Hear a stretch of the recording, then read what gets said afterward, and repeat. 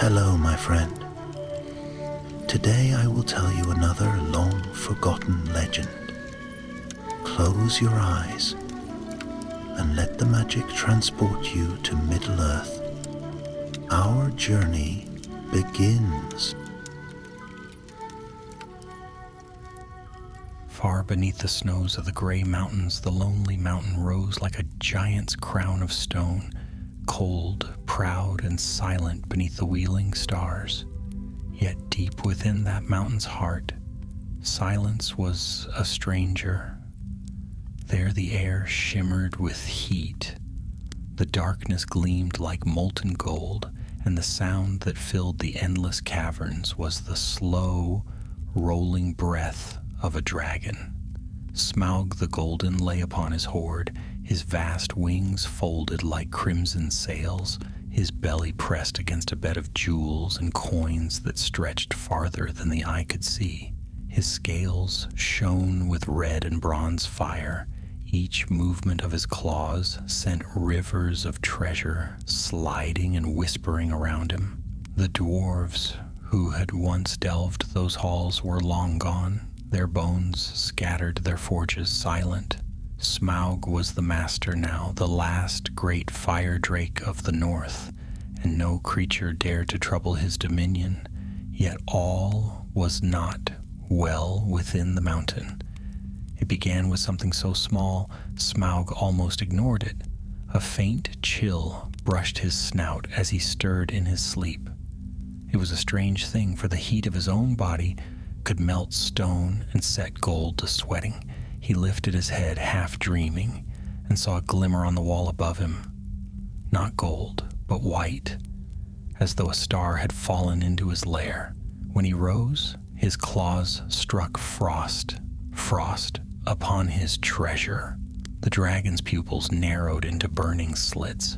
His great head lowered until his breath rolled across the frozen patch, and it vanished in steam. But beneath that mist, a strange thought stirred. Frost in my halls? He hissed, his voice rumbling like thunder through the bones of the mountain. Some trick of the dwarves, some curse left in their fleeing. He stalked across the hall, tail lashing, and his heavy steps sent echoes leaping from pillar to pillar. The golden light flickered on walls, blackened by his fire. He came to the forges, long cold, and there he felt it again. A whisper of cold air, like the sigh of winter creeping through a crack in the world. Smaug's temper, though vast as the mountain itself, was quick to rise. He drew a deep breath and exhaled flame that filled the forges, licking up the walls and curling around the pillars. The frost fled before it, melting into trickles that hissed upon the stones. Yet when the fire died down, the cold returned, not in one place, but in many, along the arches, on the coins, even upon the iron door of the old treasury. And then came the sound, faint, distant, and strange, a creaking like ice shifting on a lake, or stone cracking in the frost. Smaug froze. His eyes, bright as twin furnaces, turned toward the sound. It came again, closer now from deep within the dark where his firelight did not reach. Something moved there, not dwarf nor man nor beast. A shadow glimmered faintly blue, as though lit from within by trapped moonlight. Smaug's breath grew slow. His hunger for gold was great, but his pride greater still. None had entered these halls since the day he took them. None had dared. He lifted his head high, and his voice rolled out through the endless corridors. Who dares come unbidden to the halls of Smaug the Magnificent? His roar shook loose dust from the ceilings. No answer came, only a low sigh, colder than the grave. Then, upon the stone floor, the frost began to spread. It crept outward in delicate, glistening lines, reaching like pale fingers toward the dragon's claws. Smaug drew back with a hiss, His tail lashed, scattering gold and gems like sparks. The frost kept coming, crawling over the treasure as though it hungered for warmth, hungered for light. Wherever it passed, the coins dulled and the jewels lost their fire. A deep growl rumbled in Smaug's chest. "This is no dwarven curse," he muttered, lowering his head. "This is something else." He drew in his breath again, deeper this time, so deep that the stones trembled, and unleashed a torrent of fire, so fierce that it turned the very air to white flame. The frost vanished. The whispering stopped. For a while there was only silence and the slow settling of smoke. But the dragon, cunning and ancient, did not lie down again. He knew the smell of danger when it crept near, and what he smelled now was older than any dwarf's craft. It was the scent of the far north, the endless cold wastes beyond the mountains, where the wind never slept and the stars seemed hard as ice. Something had come from there, something that did not fear fire. Smaug lifted his head and his eyes glowed like twin coals in the dark. "Very well," he growled. "Let it come. I will burn the marrow from its bones, if it has bones to burn." And yet, even as he spoke, he felt the faintest breath of chill against his scales. A whisper that curled around him like mist, unseen but not unfelt. Then from far within the mountain's deepest tunnels, there came a faint sound, the ringing of metal upon stone. Smaug turned his gaze toward the dark, and a slow smile crept across his fanged maw. "Ah," he murmured, "so the game begins." And with that the dragon stretched his vast wings, and the wind of them sent a storm of gold coins rippling through the air.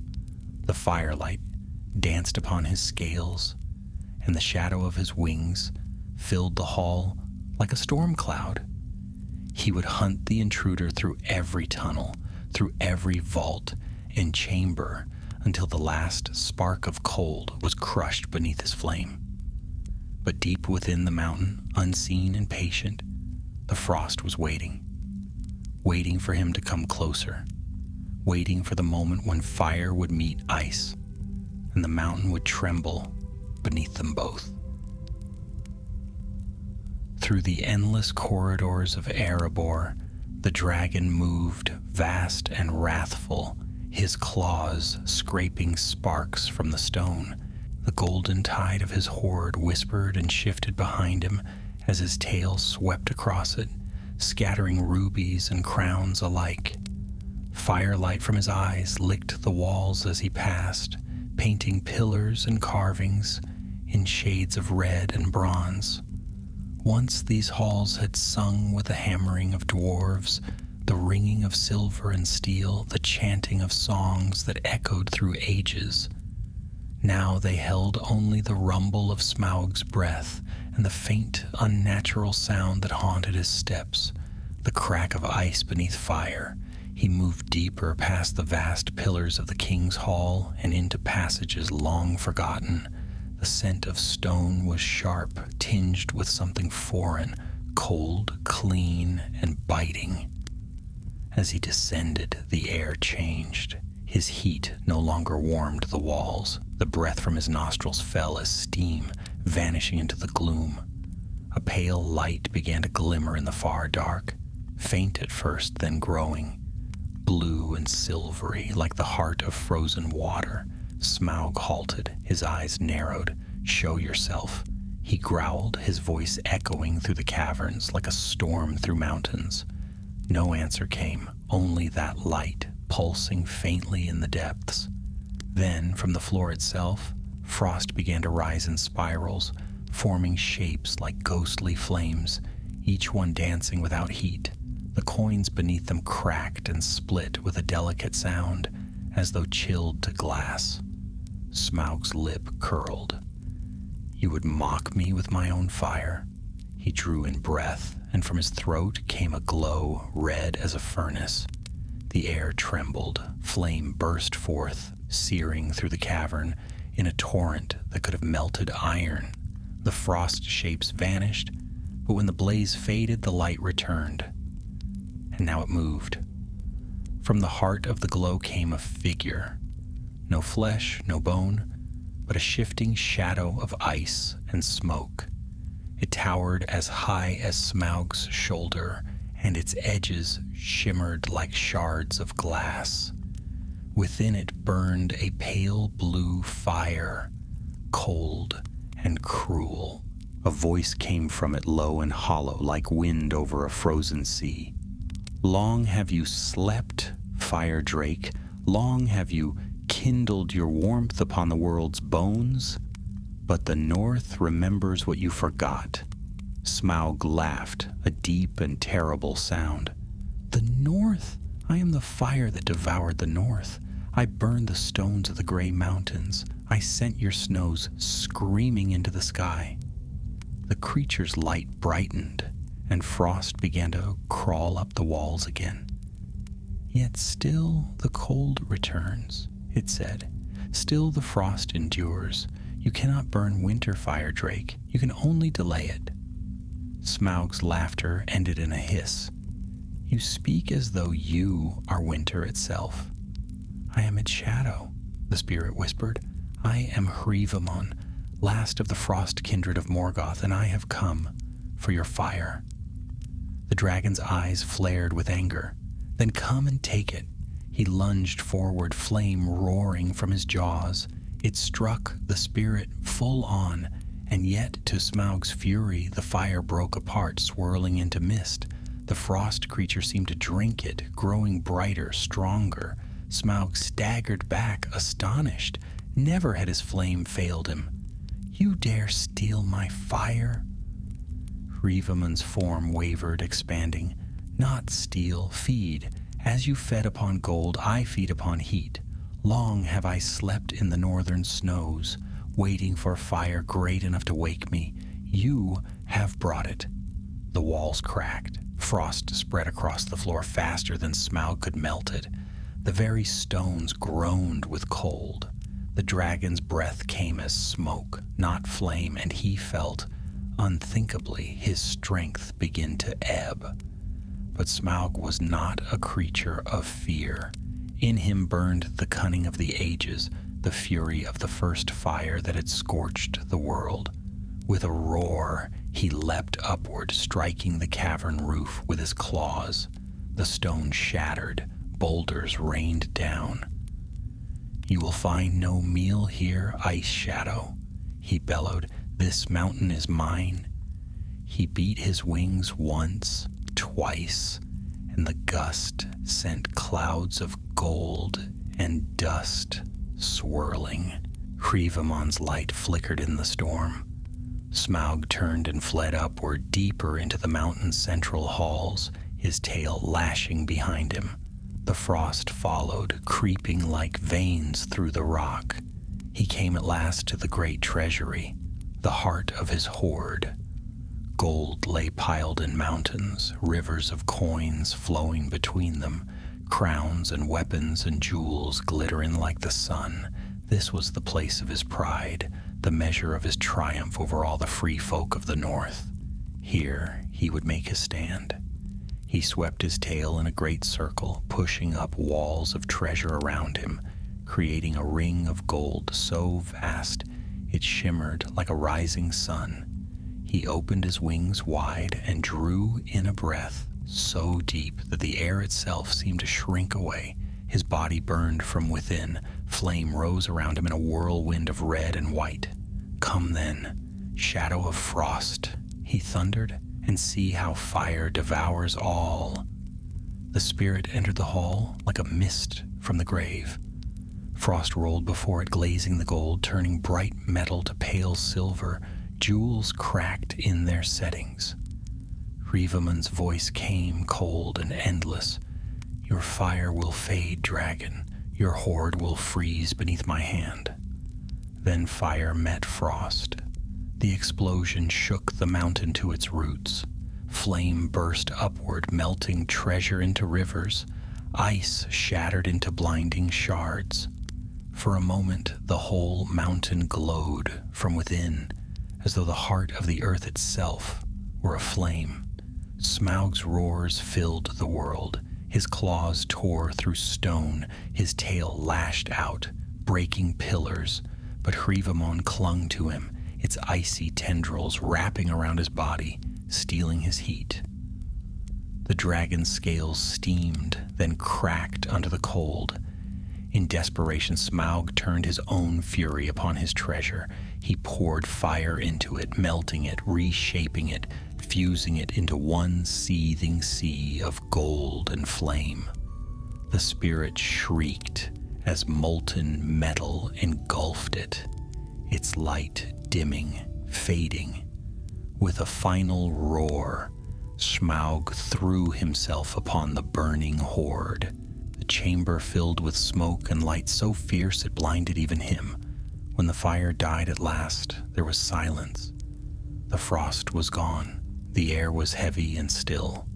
Beneath him, his treasure had cooled into a single blackened mass, gleaming faintly with a strange silver sheen. Smaug rose, weary but alive. The frost spirit had been destroyed, but its touch remained. His scales were scarred with pale marks, and a faint chill clung to the air, even in the heart of his fire. He looked upon the fused gold and let out a long, low growl. "So," he murmured, "you have left your mark, spirit of cold, but the fire endures." Then he curled upon his hoard once more, his breath slowing, smoke rising in soft tendrils. Yet as he sank into uneasy sleep, the frost lingered, deep in the stone, deep in the gold, whispering still of the cold north and of shadows yet to come. Outside, the wind howled over the lonely mountain, carrying the first flakes of winter down its sides. And in the dark heart of Erebor, the dragon dreamed, not of conquest or flight, but of a chill he could not burn away. Long the dragon slept, wrapped in half-dreams of darkness and fire. Time flowed strangely in the deep places of the world, where no sun marked the hours and no moon shone upon the stones. Smaug's breathing was the only rhythm the mountain knew, slow, thunderous, and eternal. Yet even dragons cannot sleep forever. One day, if days they could be called in such a place, the mountain shuddered. The gold beneath Smaug's claws trembled as though touched by a hidden wind. He stirred, his eyes flickering open, red light spilling across the fused, blackened treasure. His wounds had healed, yet the marks of frost remained upon his scales, faint lines of silver glimmering where once there had been pure bronze. For a time he lay still, listening. There was silence, the deep, perfect silence of a world long abandoned. But Smaug was not at ease. He remembered the cold that had crept into his lair, the whisper of ice upon gold. Though Hrivamon was gone, something had changed within the mountain. The air was thinner, emptier, as though the stone itself had lost warmth. He rose, stretching his wings. The vast chambers echoed with the sound of scales sliding against treasure.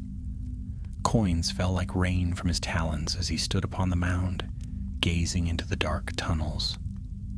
"Gone, is it?" he muttered. "Then let it be gone. The mountain is mine again." But as he turned, a crack split the silence. It was faint, distant, the sound of shifting rock.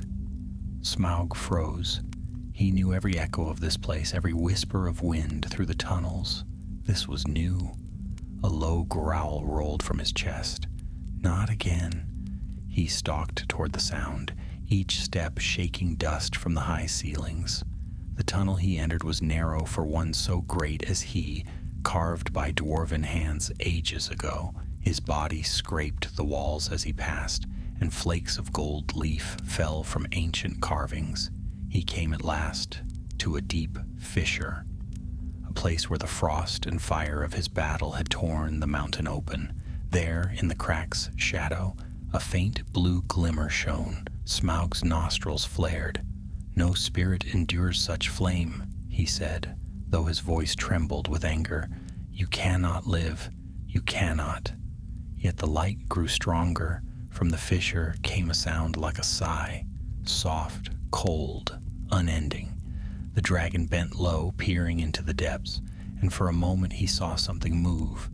Not a shape, not a body, but a mist curling like smoke against the dark. The frost had survived. Smaug drew back, and fury surged through him like molten iron. "You dare haunt me still?" he roared, his voice rolling through the halls. "You think to linger, to steal what is mine?" He struck the ground with his tail, and the floor cracked open. Lava-like fire burst forth where his rage met the earth's heat.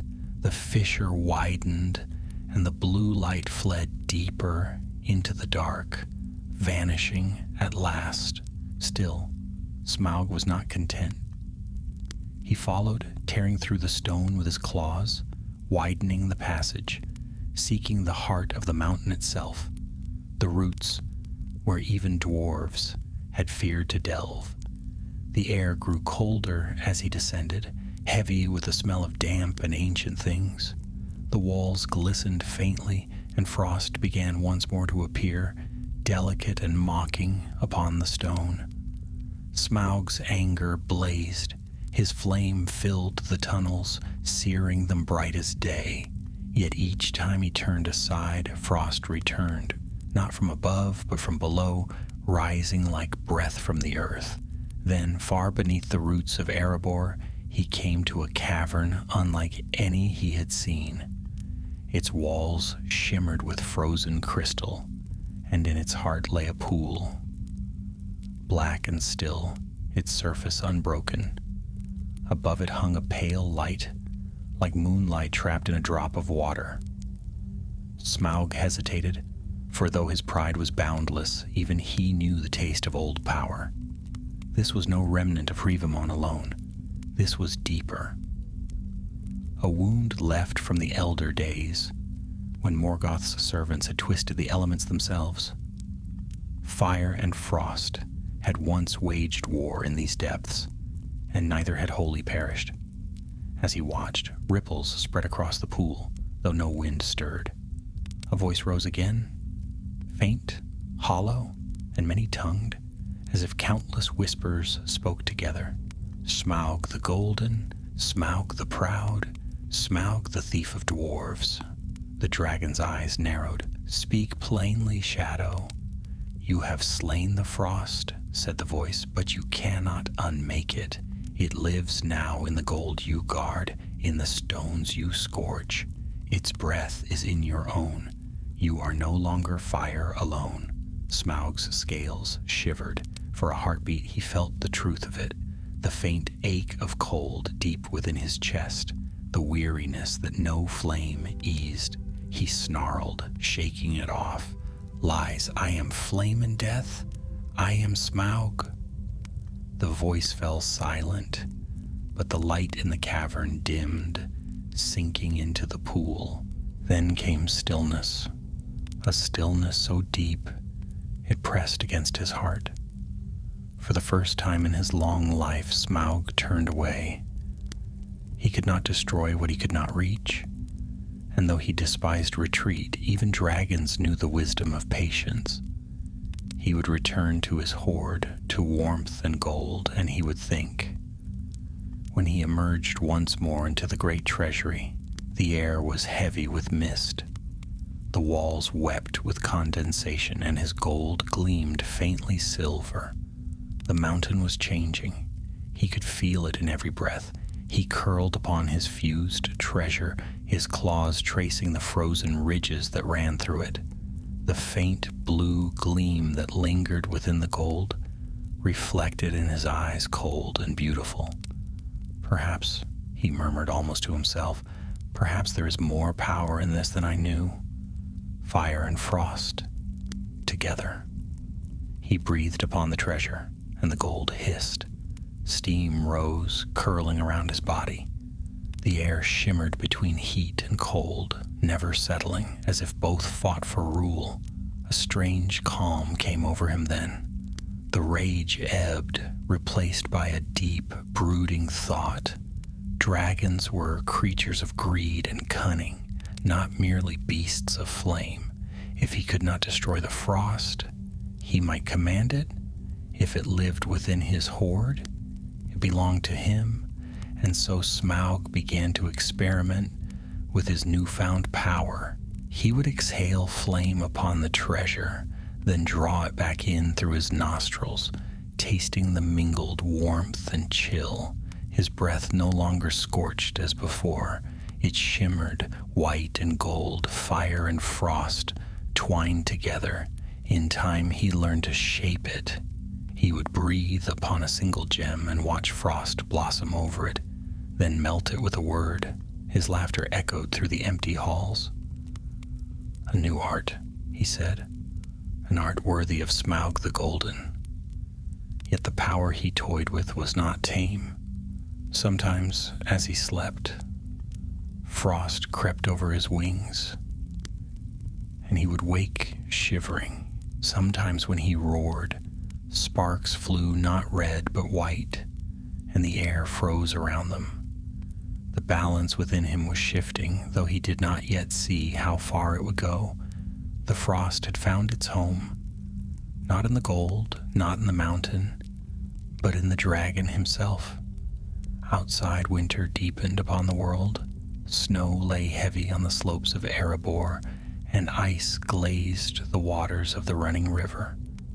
Far away in the north, old powers stirred uneasily, sensing that something of their kind had awoken anew. And beneath the mountain, the dragon slept again, dreaming strange dreams of blue fire and silent snow, of a day when his own flame might betray him. Seasons passed above the mountain, though beneath it time scarcely moved. Wind and snow danced upon the peak, and the desolation below remained a wasteland of ash and stone. Yet deep within, where Smaug slept, strange things were happening. The gold had changed. Once it had burned with the warm gleam of the sun, dazzling and pure. Now it shimmered with a duller light, half silver, half gold, as though moonlight had seeped into it. Some pieces were fused into dark, smooth plates that rang like glass beneath the dragon's claws. And within those plates, faint threads of blue light pulsed and faded like veins of frost still alive. Smaug stirred upon his bed of treasure. The warmth of his body had kept the hoard from freezing altogether, but even his fire could not burn away the chill that haunted the stones. His breath curled in the air as mist, and his scales gleamed faintly pale where the frost had marked them. For long he lay, watching the slow pulse of light through the gold. He was not dreaming now. He was thinking. "I have devoured kings," he murmured. "I have burned cities to the ground. Yet I who am fire cannot drive the cold from my own hall." He turned his gaze toward the tunnel that led upward toward the cracks of daylight far above. The mountain's heart was colder than the snows outside. Even his pride felt the bite of it. With a snarl, he rose and stretched his vast wings. Dust and coins cascaded down the slopes of the hoard as he lifted his head high. "If this mountain would freeze," he growled, "then I will warm it myself." He strode from the treasury, each step shaking the halls. His claws sparked against stone. His breath burned the air. He moved through the old forges where dwarven hammers once rang, and he filled them again with fire. Flames roared through the bellows and vents, and rivers of molten metal flowed down the channels where once gold had been smelted. The mountain shone from within. For 3 days and nights he raged, sending fire through every chamber and passage. He melted the frost from the walls, burned the veins of ice that crept through the cracks, and filled the halls with smoke and heat. When at last he returned to the great treasury, the mountain trembled from the fury of his effort. The air was thick and heavy, and yet even then he felt it. The frost was still there. It clung to the deepest corners, to the shadowed places between the piles of treasure. It would not burn. Smaug's breath came in low growls. He struck the wall with his tail, sending cracks through the stone. Gold rained down from the shelves. "I am the death of fire," he hissed. "I am ruin itself. You will not defy me." But the cold did not answer. It did not flee. It merely waited. Smaug stood motionless for a long while. He was not a creature of patience, but cunning, yes, that he possessed in abundance. Fury would not serve him here. Fire alone could not unmake what had already taken root in the bones of the mountain. If he could not destroy the frost, he must understand it. He coiled upon the treasure once more, his great head lowering until his nostrils brushed the fused gold. A faint chill met his breath. "You were born of me," he murmured, remembering the battle with Rivamon. "The frost lives because I made it live. My fire gave it strength even as it fed upon me. So be it, I will master what I have made." He began to breathe, not fire, but heat, slow and measured, letting it mingle with the cold that lingered in the metal. He watched the light shift across the treasure, white fading into gold, gold into blue, blue back into fire. It was like taming a wild beast. Hours passed. His breath came steady as the tide. The air around him grew neither hot nor cold, but balanced, shimmering with a strange energy that was both and neither. And then he felt it, power unlike any he had known. He drew it in, and his chest burned with both flame and frost. His eyes glowed brighter than ever before, their cores white as winter sun. When he opened his mouth, no ordinary fire emerged. What poured forth was pale gold, edged with silver, a flame that crackled like breaking ice. Smaug laughed, the sound rolling like thunder through the halls. "At last," he cried, "the gift of both realms, fire that freezes, frost that burns." He tested it upon the stone. The blast struck the wall and left it glowing, not with heat, but with a cold light that ate into the rock. He tried again, and the air itself shimmered, a blizzard born from fire. Smaug had found something new, something terrible, but all power, even that of dragons, has its price.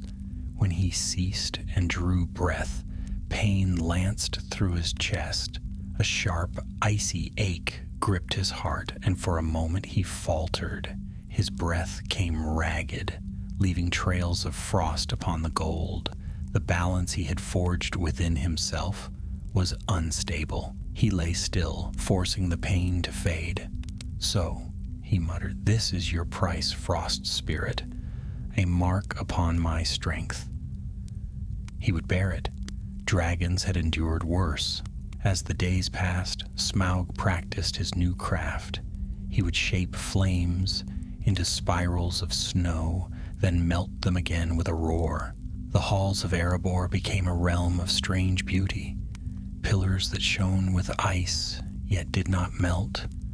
Coins fused into patterns of gold and silver light.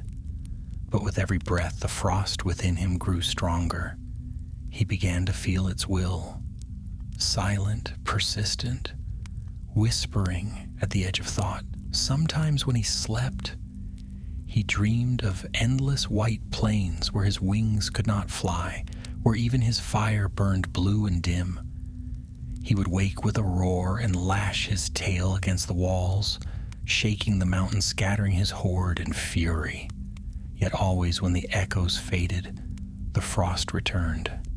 It was not his servant, it was his rival. Outside, the winter storms thickened. The snows upon the mountain grew deep and hard as stone. The running river froze from its source, and no living thing dared approach the desolation.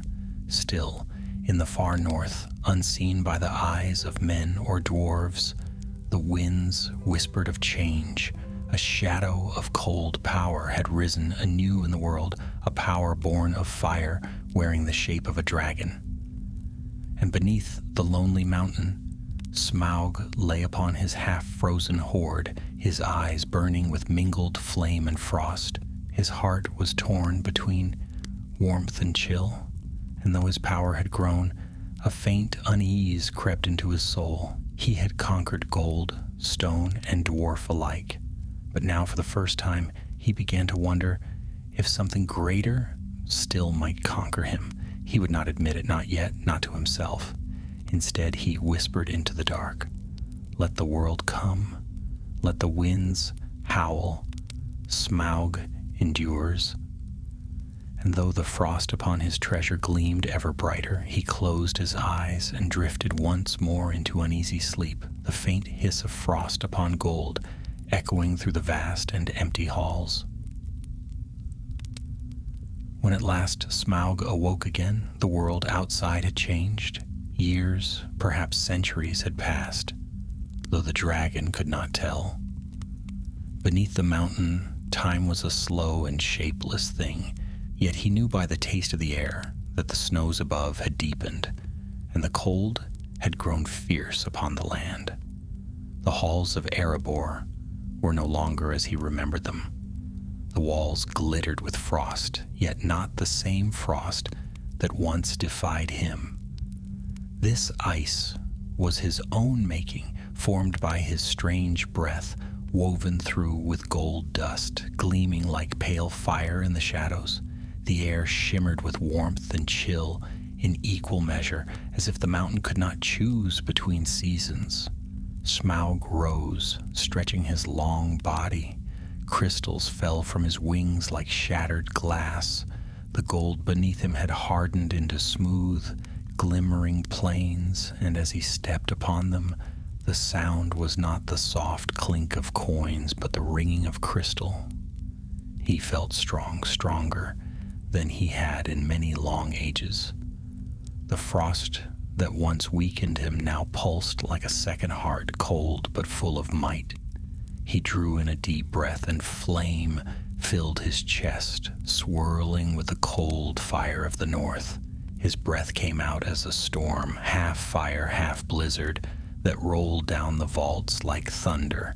He laughed, and the sound shook the mountain. "Behold me now," he said to the empty halls. "The dwarves forged gold and steel. I have forged flame and frost. I am beyond both fire and winter. I am their master." Yet his triumph echoed hollowly. There was no answer but the sigh of the wind through broken stone. Smaug turned his gaze upon the far corners of his hall, upon the piles of treasure that gleamed untouched. His hunger for gold stirred, but it no longer burned as before. The metal did not warm him. The gems no longer sparked delight in his eyes. They seemed dull beside the strange power now coursing through him. He paced the length of the hall, his claws tracing furrows through the frost-gold floor. A thought came to him then, a thought he had not dared entertain since the age when he first conquered Erebor. Perhaps he had outgrown this mountain. Long ago the sky had been his domain, and the world had trembled at his wings. Men had fled at his shadow. Kings had cursed his name. Yet he had buried himself here, surrounded by treasure, sleeping like a miser's ghost. And now the mountain itself defied him, its heart colder than his flame, its silence heavy as judgment. He spread his wings. The air trembled with the heat of his breath. Why should I lie hidden while lesser creatures scurry across my earth? He said. Why should I wait for their greed to bring them to me? I will remind the world that Smaug yet lives." He lifted his head toward the high passages, where faint air drifted down from the surface. The dwarves' tunnels still reached the outer slopes. Though choked with stone, they were not impassable to him.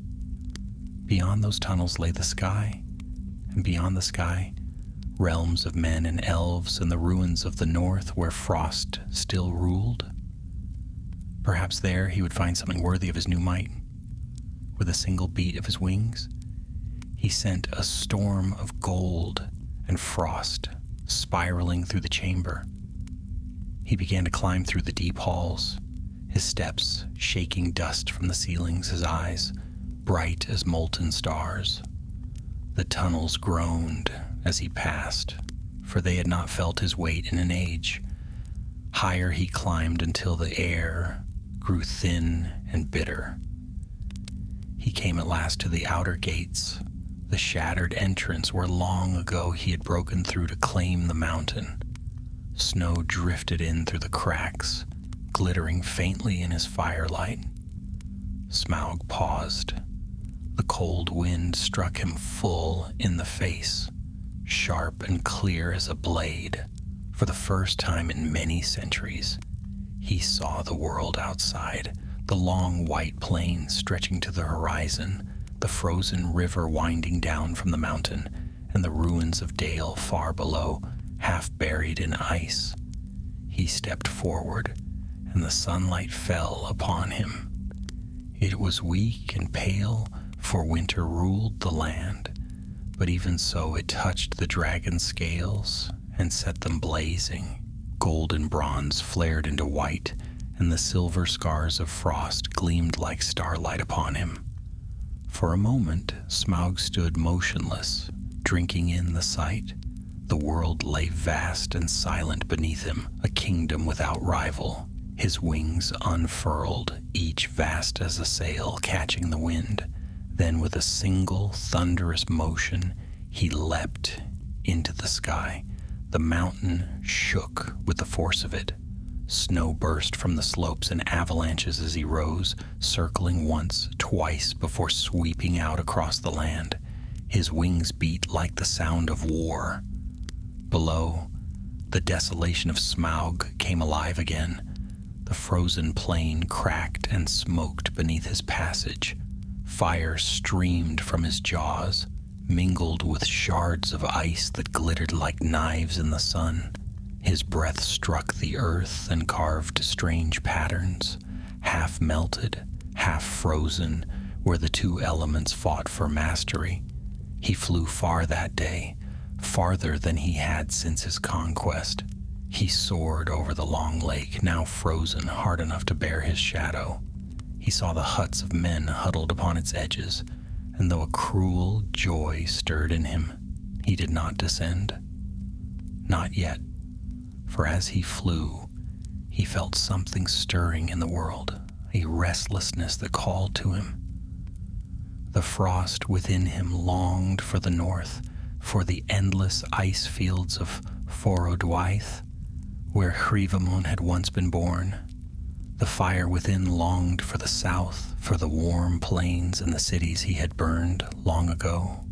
Both pulled at him, and he laughed bitterly.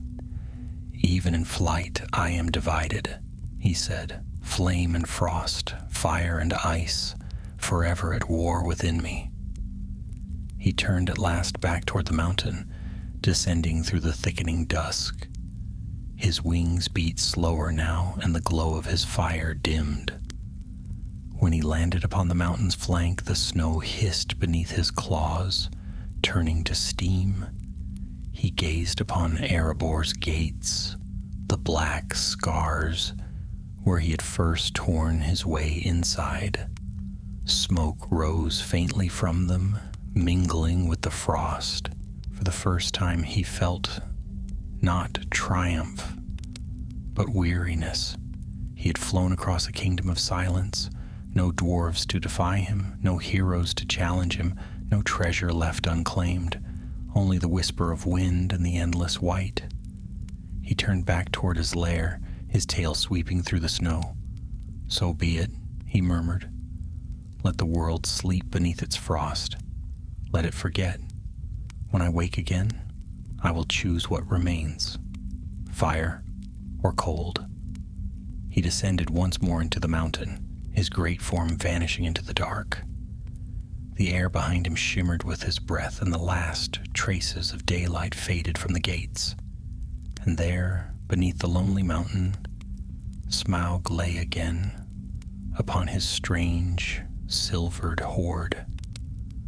The frost crept softly over the gold, the fire glowed deep within it, and between the two the dragon dreamed, dreams of light and shadow, of burning and freezing, of an age yet to come when his slumber would be broken by the tread of feet not his own. In his sleep, a low rumble filled the halls, like distant thunder over snow. The mountain shivered, and the frost upon the gold thickened once more, gleaming like a pale crown upon his treasure. And so the years turned, silent and cold, as Smaug dreamed beneath the frost upon his gold. A long age passed beneath the weight of silence. Snow crowned the lonely mountain, deeper than any before. Winters came and went, though none truly ended, for the chill that lingered over Erebor was not born of the season, but of something older and deeper. Inside the mountain, Smaug slept. The great dragon lay upon his fused treasure, unmoving save for the rise and fall of his breath. The frost upon his hoard had grown thick, yet it glittered faintly with an inner light, a cold reflection of his own power. The hall was dim but beautiful, golden ridges veiled in silver, pillars coated with rime, jewels glimmering like captured stars in the half-dark. He did not stir for many years, and the mountain became a tomb of stillness. Even the echoes seemed to fade, as though afraid to wake him. Yet dreams do not rest easily within creatures such as Smaug. His mind, vast and cunning, wandered through strange visions of firestorms and frozen seas, of a world burning and freezing in equal measure. And then, in one of those half-dreams, a sound reached him. At first he thought it part of his sleep, a whisper of gold shifting under his weight, the sigh of air through forgotten cracks. But the sound grew clearer, a faint clink, then another, a rhythm too steady for mere chance. He opened one eye, the glow of it filled the chamber like dawn breaking upon a silent field. Another sound came, a sharper ring, metal upon stone. Smaug did not move. He waited, listening. His breath slowed, each exhale a curl of mist. It came again, and then faintly a voice. Not the whisper of frost, nor the memory of Hrivamon's cold mockery. This was something else. Rough, guttural, and alive. "Steady now," it said, echoing faintly through the dark. "We'll have it open before the next moon." Another voice answered, softer, uncertain. "Do you think he's truly dead then? After all these years?" The first voice gave a low chuckle. "If he lives, he's long forgotten the world. The mountain's ours now. There's gold enough for 10 kings, waiting under our feet." The sound of tools followed, picks striking, rocks shifting. Smaug's other eye opened. For a long moment he did nothing, and the air grew colder around him. A spark began to glow beneath his scales, faint but deep. His claws flexed, slowly scraping against the gold. So the small folk had returned. Dwarves, perhaps, or thieves. It mattered not. They had come to his mountain, to his treasure, and to him. He rose silently, the movement of his vast body stirring eddies of mist. Coins cascaded down his sides, ringing like bells of doom. The frost cracked beneath his claws as he moved, and the great hall trembled as though in fear. The voices fell silent. Smaug tilted his head, listening. The faint scuffle of feet, the sound of whispering. They had heard him. Oh yes, they knew. He could almost taste their terror in the air. He smiled. It was not a pleasant sight. "Little thieves," he murmured, his voice rolling through the chamber like distant thunder. "You smell of sweat and fear and the dust of the deep road. You wake the fire and think to leave alive?" The echo of his voice reached them before his fire did. He inhaled a deep, shuddering breath that drew the heat from the air. And when he exhaled, his breath burst forth in a torrent of pale flame, white and gold together. It swept through the tunnel, melting rock and freezing it in the same instant. The very air screamed. There came a single cry, then nothing. When the smoke cleared, the entrance was gone, sealed by glassy stone, molten and frozen at once. No sound came from beyond it. Smaug stood still, listening. Silence returned, thick and heavy. He felt no satisfaction, only a strange, hollow calm. His wrath had been swift, but it had not burned bright. The fire within him no longer roared, as it once had. It was cold, measured, and deep. He turned back toward his hoard. As he walked, frost began to spread again where his claws touched the floor. His anger had not banished it. His fury had only woken it further. He paused before the great mound of treasure and looked upon it with eyes like coals beneath snow. "So," he said softly, "even now the world remembers me. Let them come. Dwarves, men, elves, let them all come. I will remind them what power sleeps beneath the stone." But the thought did not comfort him as it once would have. The warmth of greed, the joy of dominion, those fires were dim. He looked upon the gold and saw his own reflection, distorted and pale. The marks of frost upon his scales shimmered faintly, more silver than gold now. He curled upon the hoard again. Though his mind did not rest, he remembered the voices of the intruders, bold and foolish, yet alive. There had been something in their tone, a note he had not heard in centuries, hope. He despised it, yet it lingered in his thoughts. For what was Smaug, if not the end of hope? He had burned kingdoms and crushed armies, but what if the world above had forgotten his terror? What if songs no longer spoke his name? That thought stung more than the frost ever had. He lifted his head and gazed toward the ceiling, where faint shafts of air drifted down from above. "They think I am legend," he said, "a story told by firesides, a warning for children." A growl rose in his throat, low and deep. "Then let legend wake." He spread his wings, their vast span filling the hall. The air shimmered with the mingled heat and cold of his breath. With a single beat, he rose, sending snow and dust cascading from the high ledges. The tunnels trembled, and shards of frost fell like stars. He flew upward, through the narrow passages that wound toward the broken gates. His wings struck sparks from the stone, and his breath left trails of mist behind him. The mountain rumbled as though alive, its heart stirring with him. When he reached the outer air, night had fallen. The world lay silver beneath the moon, quiet and still. Smaug stepped into the open, his eyes burning white and gold. He drew in the night air, sharp, pure, and filled with scents long forgotten. He smelled the forests far below, the frozen river, and the faint smoke of villages miles away. Men lived there still. A cruel smile curved his mouth. Then the world is not empty after all.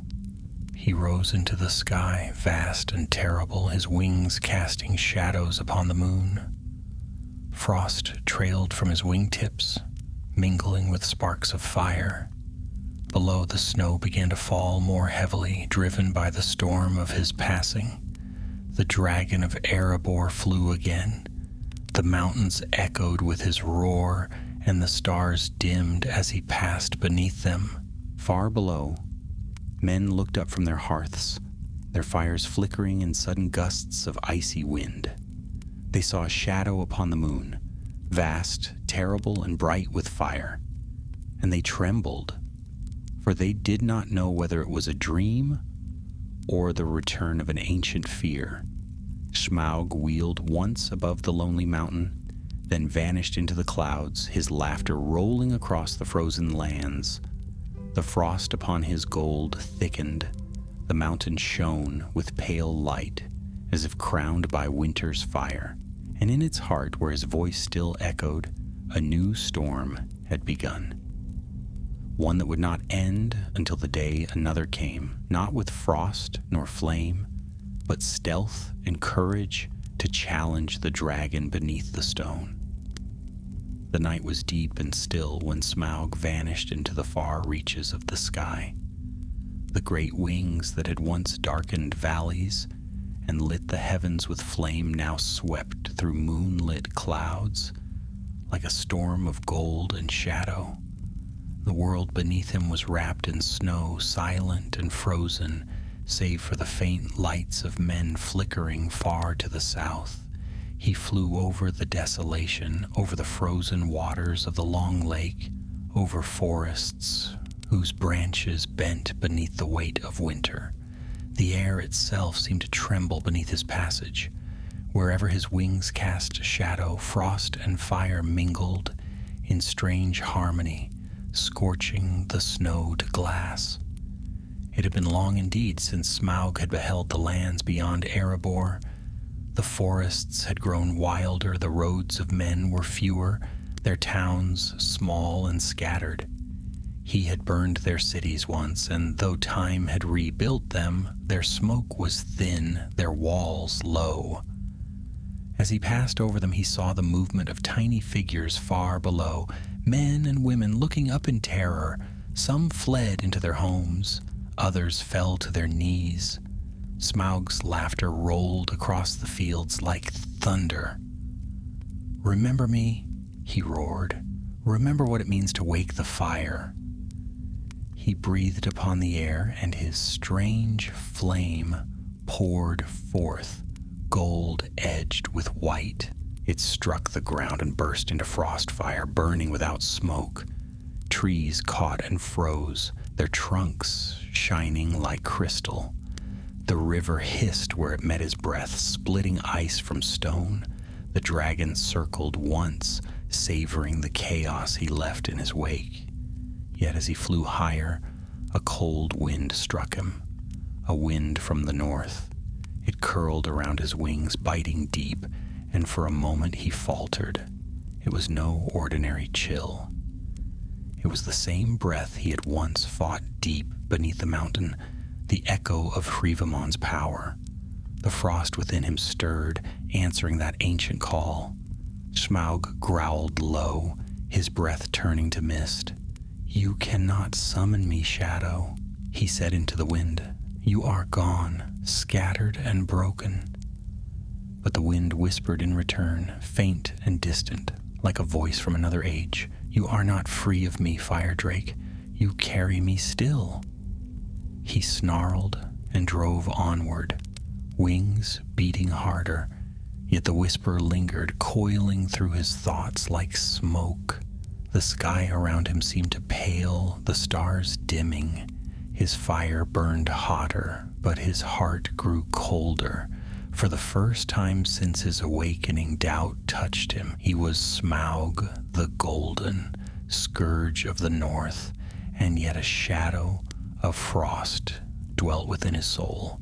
The power he had claimed was his pride, yet it chained him as surely as it had strengthened him.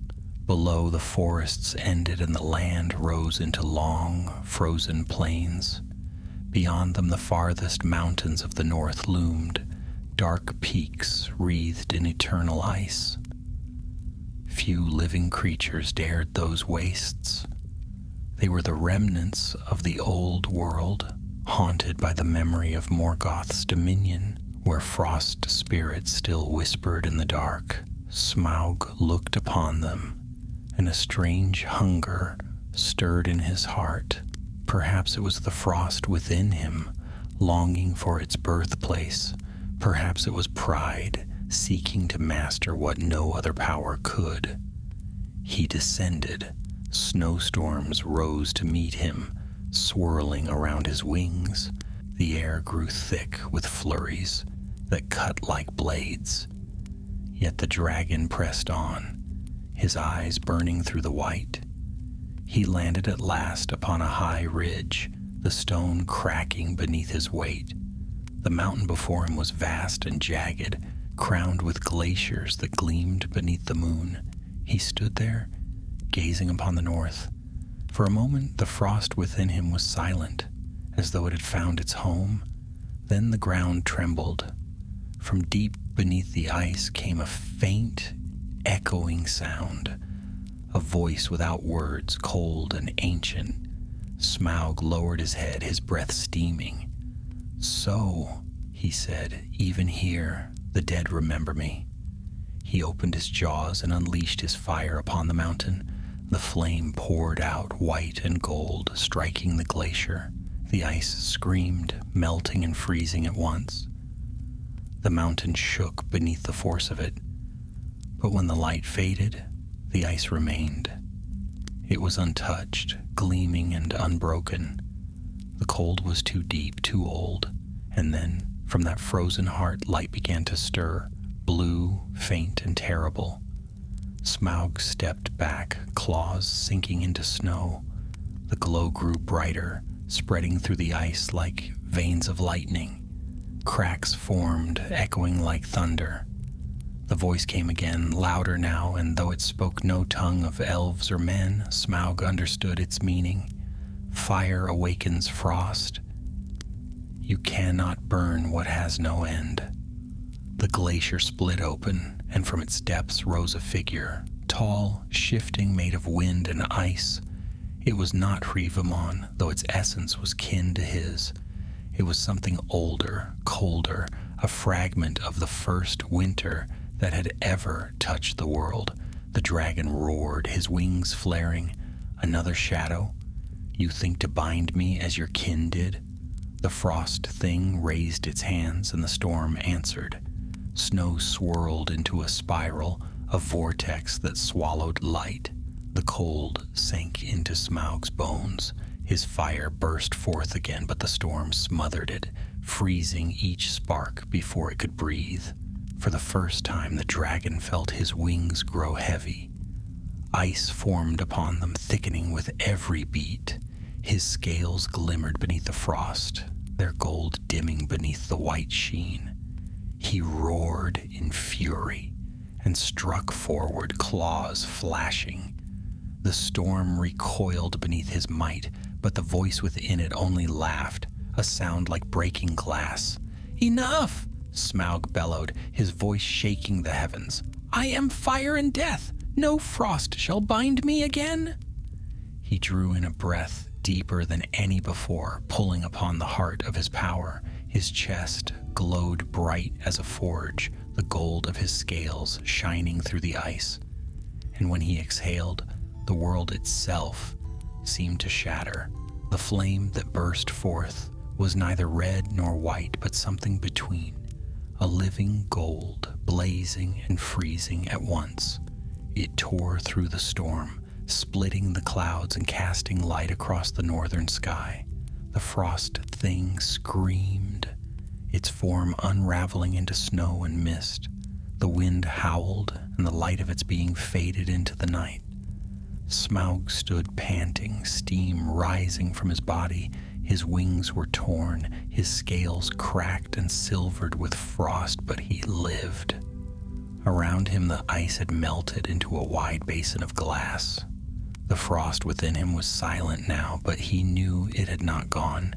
He had not destroyed it, only broken its will for a time. It was part of him, and always would be. He looked northward, where the winds still raged, and a grim satisfaction settled upon him. "You cannot kill winter," he said softly, "but neither can winter kill me." With slow, weary movements, he turned and rose into the air. The light of dawn was rising behind him, faint and cold. He flew southward again, back toward the mountain that had become both his throne and his cage. The sky burned gold behind him, and the ice glittered with his fading fire. Far below, the first watchers of the day saw strange lights upon the northern horizon, auroras shaped like wings, blazing white and gold. They did not know whose flight they marked, nor what power had stirred in the dark beyond the snows. But in the depths of Erebor, where the frost upon the gold still gleamed faintly blue, the mountain seemed to stir, as though it awaited the return of its lord, the dragon whose fire now burned with the light of winter itself. And high above, flying through the last pale glow of dawn, Smaug the Golden whispered to himself, "Let the world remember its dragon." Then he was gone, swallowed by the clouds, leaving only the faint hiss of frost upon the wind. When Smaug returned at last to Erebor, the sun was sinking beyond the western hills, and the mountain's shadow stretched long across the desolation. Snow still veiled the land, but the storm that had followed him from the north was gone. The sky was clear, pale, and vast, and the stars began to show faintly in the dusk. He descended upon the mountain's flank, and his wings stirred the snow into whirlwinds. The warmth of his body sent steam rising from the drifts, though even that heat seemed dimmed by the frost that lingered upon him. His scales glowed faintly in the twilight, no longer wholly golden, but laced with silver light, as though moonlight had found a home within his flesh. The air was still. The mountain awaited him. He entered through the ruined gate, his claws scraping sparks from the frozen stone. The tunnels echoed to the thunder of his steps. His breath, mingled with both warmth and cold, filled the dark halls with mist that shimmered like ghostly fire. When he came at last to his great hall, he paused. It was as he had left it, and yet not the same. The frost upon the gold gleamed brighter now, untouched by time or flame. Crystals hung from the vaulted ceiling like chandeliers, and a faint wind sighed through the broken arches. The hoard itself was vast and silent, a sea of frozen fire stretching from wall to wall. Smaug lowered his head, and the glow of his eyes fell upon the treasure. For a moment, the dragon was still. Then a slow, deep rumble rose in his chest. Not anger nor triumph, but something between. "So," he murmured, "even in my absence, you have grown." He stepped forward, his claws sinking into the gold. The frost cracked beneath his weight, spreading in pale lines where he walked. He lay down upon the mound, curling his body around it, and the air shimmered with his breath. Yet he felt no peace. The mountain was his, the treasure his, the world his to burn. And still he felt hollow. The battle in the north had not freed him. It had changed him. His mind turned over old memories, the fall of the dwarves, the fire that had devoured their halls, the endless years of sleep upon the gold. He remembered the frost spirit and the storm, and the strange stillness that followed. And he wondered for the first time what it had all been for. A dragon's heart was not made for doubt, but even pride can tire. He lifted his gaze toward the far corners of the hall. Shadows gathered there, deep and unmoving. "What is power?" he said softly, "when there is no one left to fear it?" The sound of his own voice echoed back, small in the vastness. For a long time he lay silent. The mountain creaked and settled around him, and frost fell in slow flakes from the ceiling. The faint pulse of the gold beneath him matched the beat of his heart. slow, steady, eternal. But then something changed. It was small at first, a whisper of air through the tunnels, different from the sigh of wind or the breath of frost. It carried a scent, faint, strange, alive. Smaug's eyes snapped open. He lifted his head, nostrils flaring. The scent was unmistakable. Men. He rose in a single smooth motion, his wings brushing the pillars as he turned. The gold rippled beneath him. Again, he growled, his voice rolling through the mountain. Do they never learn? He followed the scent through the tunnels, silent as shadow. His body glided through the dark like liquid flame. The smell grew stronger. Smoke, sweat, and iron. Men of the lake or the valley below. They had come near the mountain's roots, not yet within his sight, but close enough for him to hear the faint echo of their tools. A low, cruel smile crept across his mouth. They come for gold, he murmured. They always come for gold. He crept nearer, keeping to the dark. He could see now the flicker of torchlight through a narrow fissure in the wall.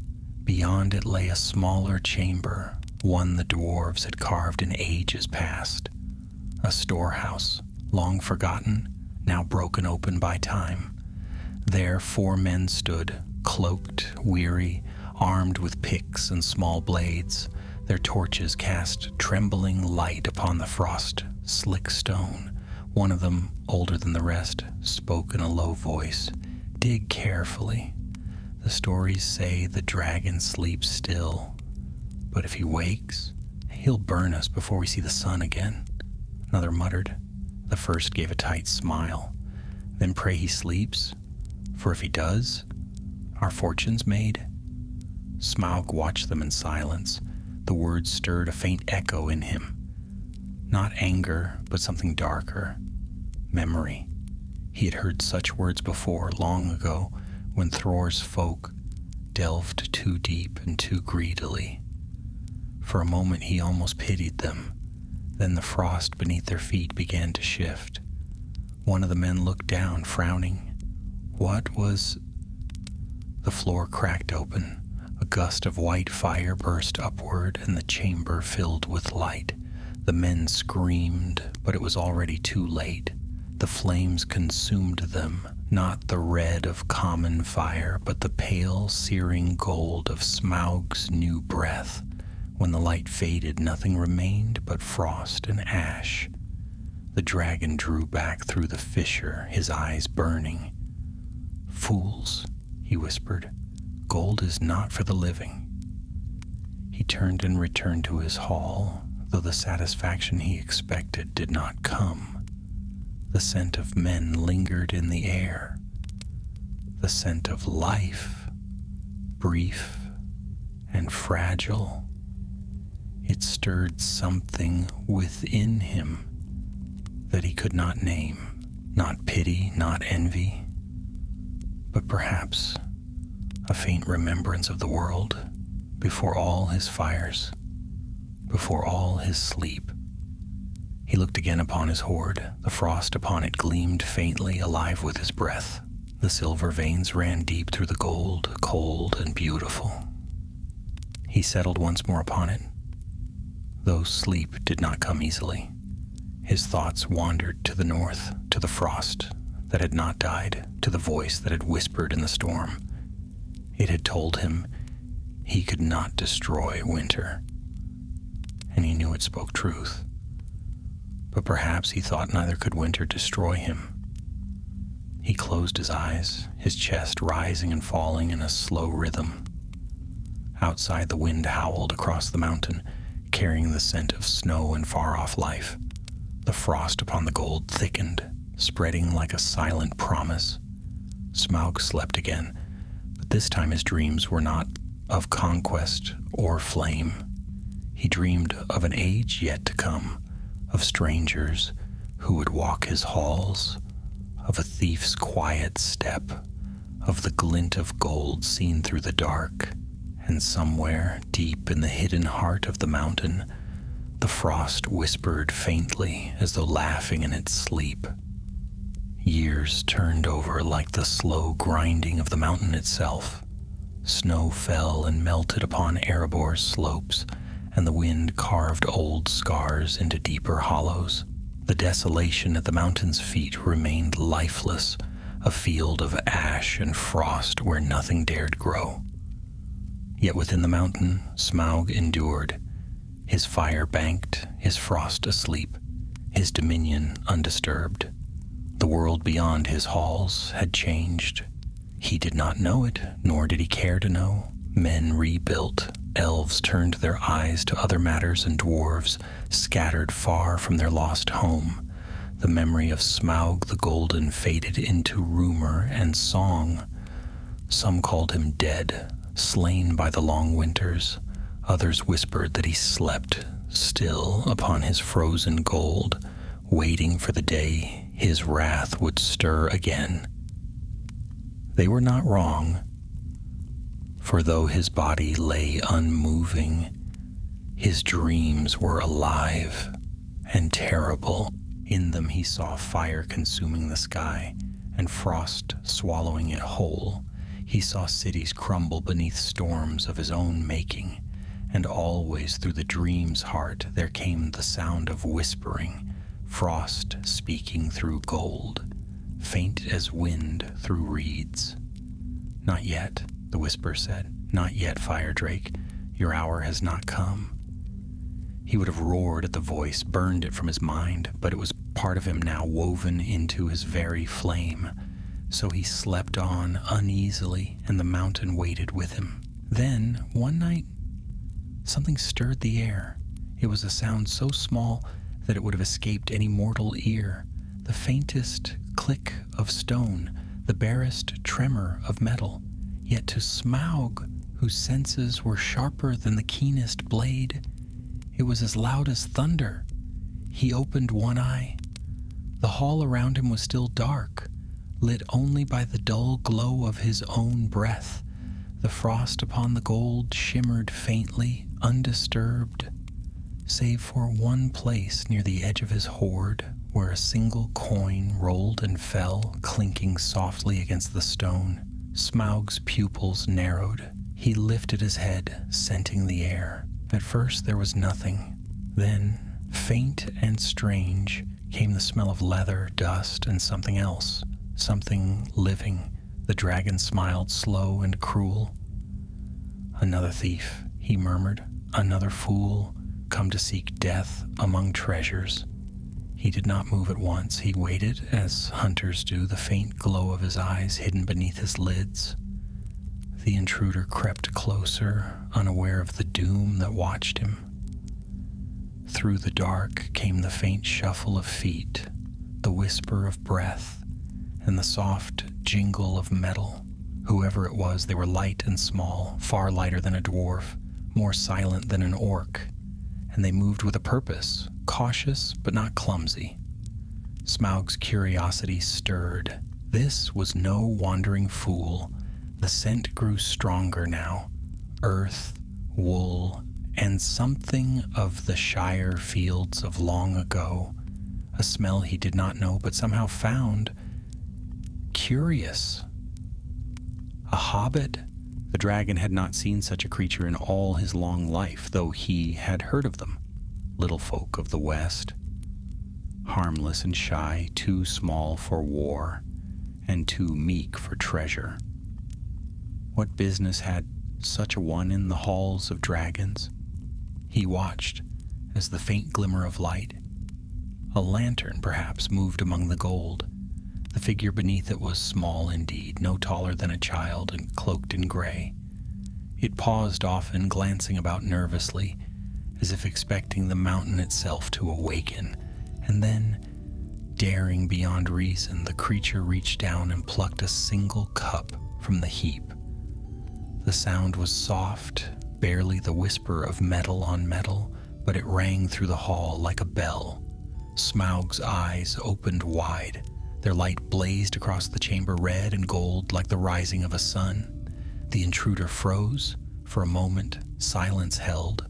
Then Smaug's voice filled the hall, deep and terrible, echoing from every wall.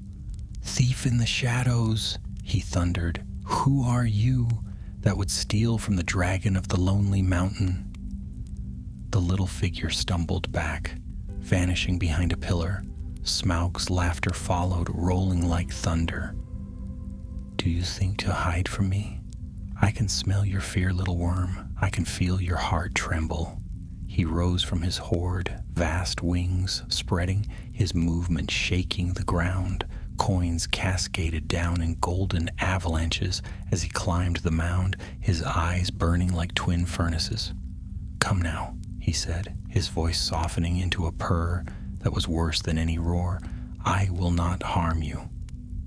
Yet, speak and tell me, who sent you? Thieves seldom walk alone." A faint voice came from the dark, quavering but not altogether foolish. I am but a messenger, good Smaug, a wanderer who found his way into your halls by chance." "Chance?" Smaug laughed, the sound shaking the frost from the ceiling. "No chance brings mortals here. You reek of dwarves, little one. Their stench clings to your cloak. Thorin's Get, is it not? Ah, yes, I know his name. The heir of Thror would seek his stolen gold at last." The hobbit said nothing, though Smaug could hear his breath quicken. The dragon prowled closer, his head weaving through the shadows. "You think I do not remember?" Smaug hissed. "I remember the cries of their people as I came from the north. I remember the flames upon their forges and the sound of their king's last breath. The gold was theirs until I claimed it, and now they send you a creeping thing to steal it back." The small figure did not move. Smaug lowered his head until his eyes glowed in the dark mere feet away. "Tell me," he whispered, "how do you fare with your little friends? By the lake? Are they still alive, I wonder? Or will my fire find them next?" The hobbit trembled. The scent of fear thickened in the air, and Smaug's smile widened. "You cannot hide from me, thief," he said. "No scent escapes me, no heartbeat hides its rhythm. I know what you are, and soon I shall know all your secrets." He inhaled deeply, drawing in the air around him. The smell of gold, of frost, and of something else reached him, something metallic, hard and foreign.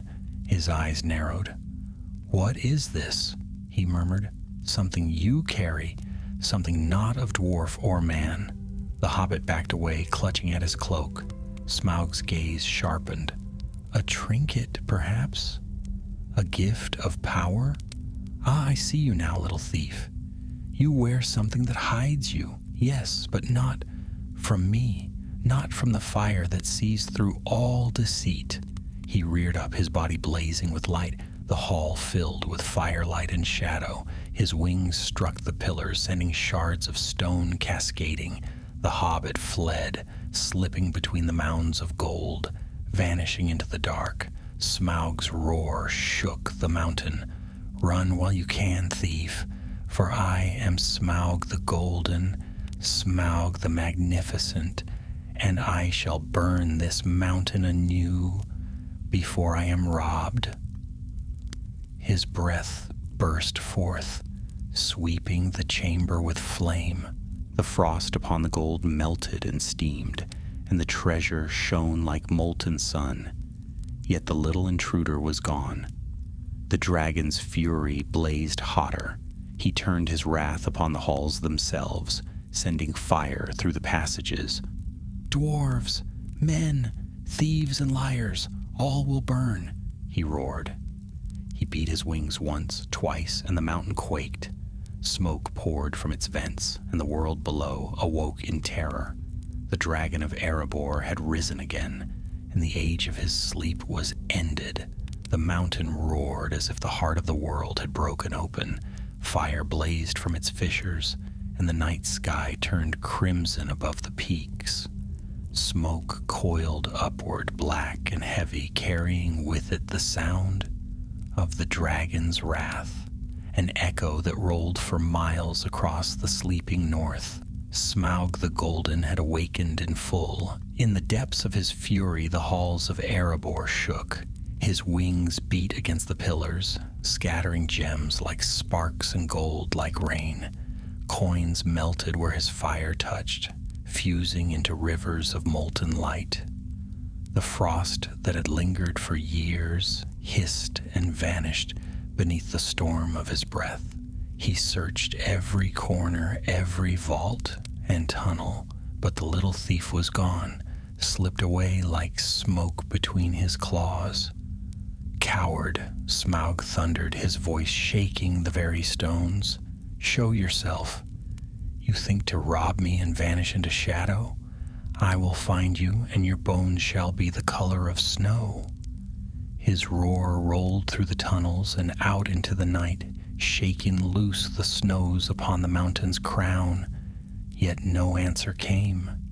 The intruder had fled, and the dragon's pride burned hotter than his flame. Then Smaug stopped, his nostrils flared. Beneath the scent of ash and smoke came another, a faint trace drifting from the upper tunnels. The smell of open air, of wind, and far below, of water. The lake, a grim light, flickered in his eyes. Ah, he murmured, his voice low and terrible. So that is where you flee. The lake below where men huddle in their wooden hovels and trade fish for coins of my gold. His wings unfurled, vast as the roof of the cavern, then let them pay the price of harboring thieves. He rose in a rush of fire and smoke, soaring through the halls like a comet. The ancient doors of Erebor, long shattered by his first conquest, burst open before him, and he emerged into the cold night once more. The sky was black and clear, the stars dimmed by the glow of his flame. He climbed higher, higher still, until the mountain lay beneath him like a sleeping beast. From that height he could see far across the frozen plains, and in the distance the faint gleam of water, the long lake, calm beneath the starlight. His laughter rumbled through the heavens.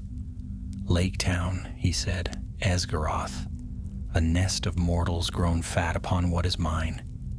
He swept forward, wings driving the air before him in great gusts that bent the trees and churned the waters of the lake. Below, lights flickered as the men of the town looked up from their fires and saw the shadow that blotted out the stars. Bells rang, cries rose, boats scattered upon the waves. "Wake, wake," they shouted. "The dragon comes." Smaug descended. Fire streamed from his jaws, turning night to day.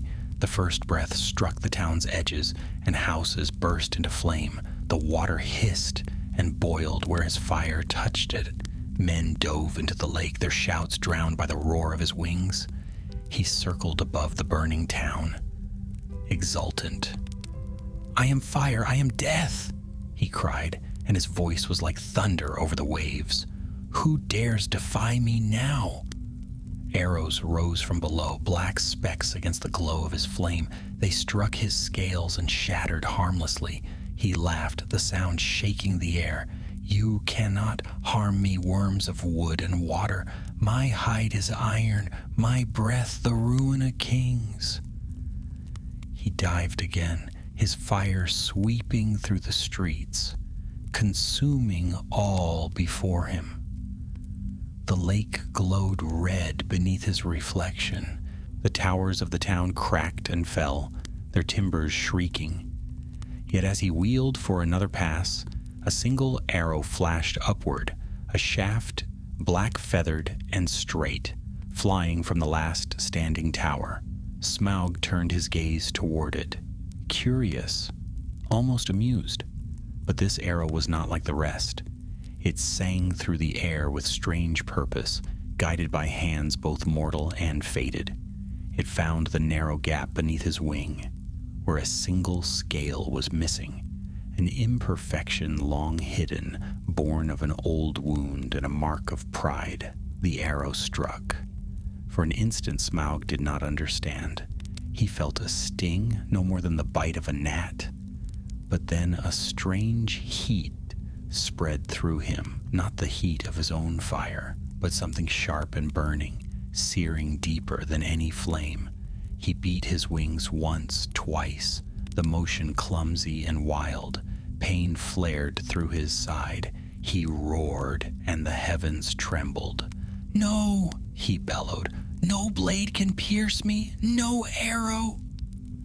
But even as he spoke, the fire within him faltered. The strength of his wings failed, and his vast body began to fall. He struck the lake with a sound like thunder. Water and flame exploded skyward, and the light of his fire spread across the waves in a final blaze of gold. The lake hissed and boiled. Steam rose high into the night, veiling the stars. Then silence. The water stilled, and Smaug the Golden was gone. Yet even in death his presence lingered.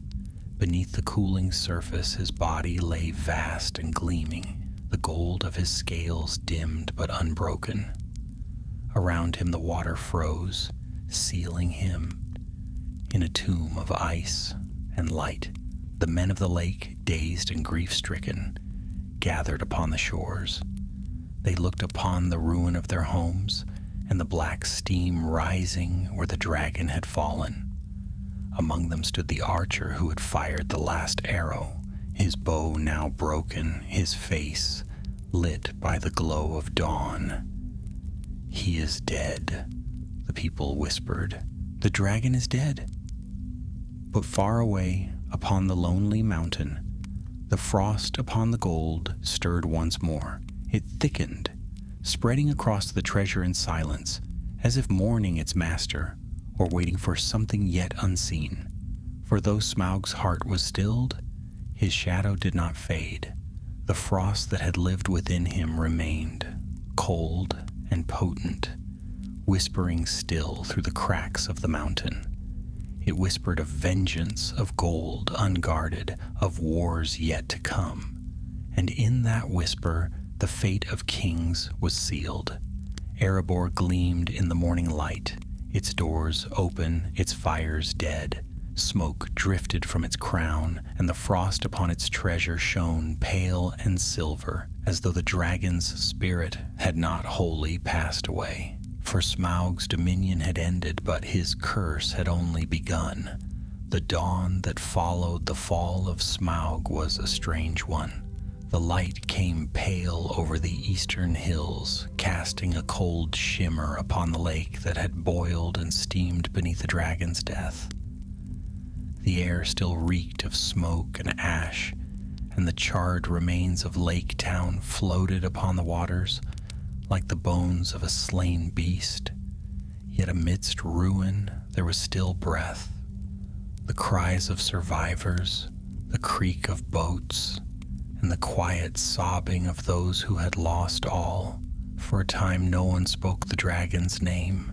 His shadow still lingered upon their hearts, and though his fire was quenched, none dared believe him gone.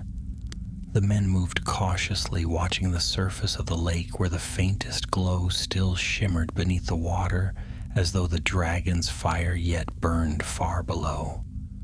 But the fire was no more. Smaug the Golden was dead. His body lay beneath the lake, vast and gleaming, his wings folded like sails of bronze, and his tail coiled around him as though still guarding his hoard. The water had cooled to glass above him, trapping him within a tomb of his own making.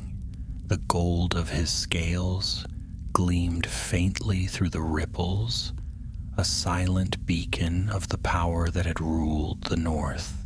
Yet even in death, he was not at peace. Far away in the lonely mountain, a wind stirred through the silent halls. The frost upon the gold thickened, creeping like ivy over the hoard. Crystals formed upon crowns, swords, and goblets, binding them together in cold splendor. And from the heart of that frost came a sound, a faint, distant echo like the beating of wings. It was as though the mountain itself remembered. Deep within the treasury, where the frost lay thickest, the air began to shimmer. The gold beneath the rime pulsed with light, faint but steady, like a sleeping heart that refused to die. The echo grew stronger, rolling softly through the vaults. One last breath of the dragon's will.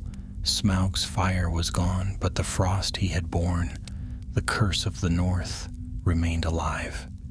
It whispered through the cracks of the stone, winding its way through the tunnels and up to the high halls where dwarves once sang. It carried the memory of his rage, his pride, his endless hunger, and in that whisper the mountain trembled. Far below, the men of the lake built new fires upon the shore. They tended their wounded and counted their dead.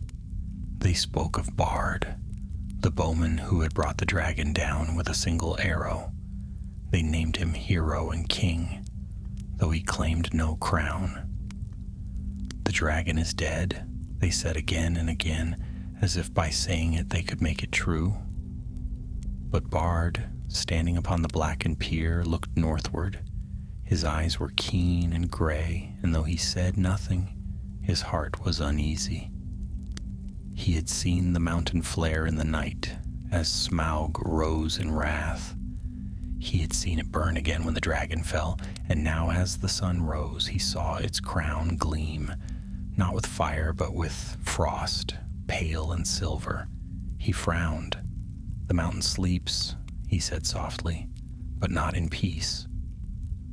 Behind him, the lake lapped against the ruins. The people gathered their courage and their dead, and plans began to form. Erebor stood empty now, its treasure unguarded. And gold has a voice of its own, sweeter than any song and crueler than any blade. Already the whispers spread among them. Why should it lie there untouched? It was ours once. It was the wealth of Dale and the Riverlands before the dragon stole it. "Think of what could be rebuilt," said others. "The gold is cursed, perhaps, but it is gold nonetheless." Bard heard them and said nothing. He looked toward the mountain again, his hand upon the black bow that had ended the dragon's life. "It is not yet over," he murmured. In the mountain, the frost continued to grow. It spread across the forges and chambers, filling every crack and carving with glimmering ice. The air grew still, heavy with cold. The gold beneath the frost glowed faintly blue, and the faintest sound echoed, a hiss, a sigh, like a dragon's breath far away. The curse of Smaug had awakened. By night, strange lights flickered upon the mountain's face. Travelers spoke of voices in the wind, of shapes moving within the smoke that rose from the broken gates. The animals fled the lower slopes, and the forests grew quiet. The first to venture near were the crows and ravens. They circled above the peaks, calling harshly into the wind.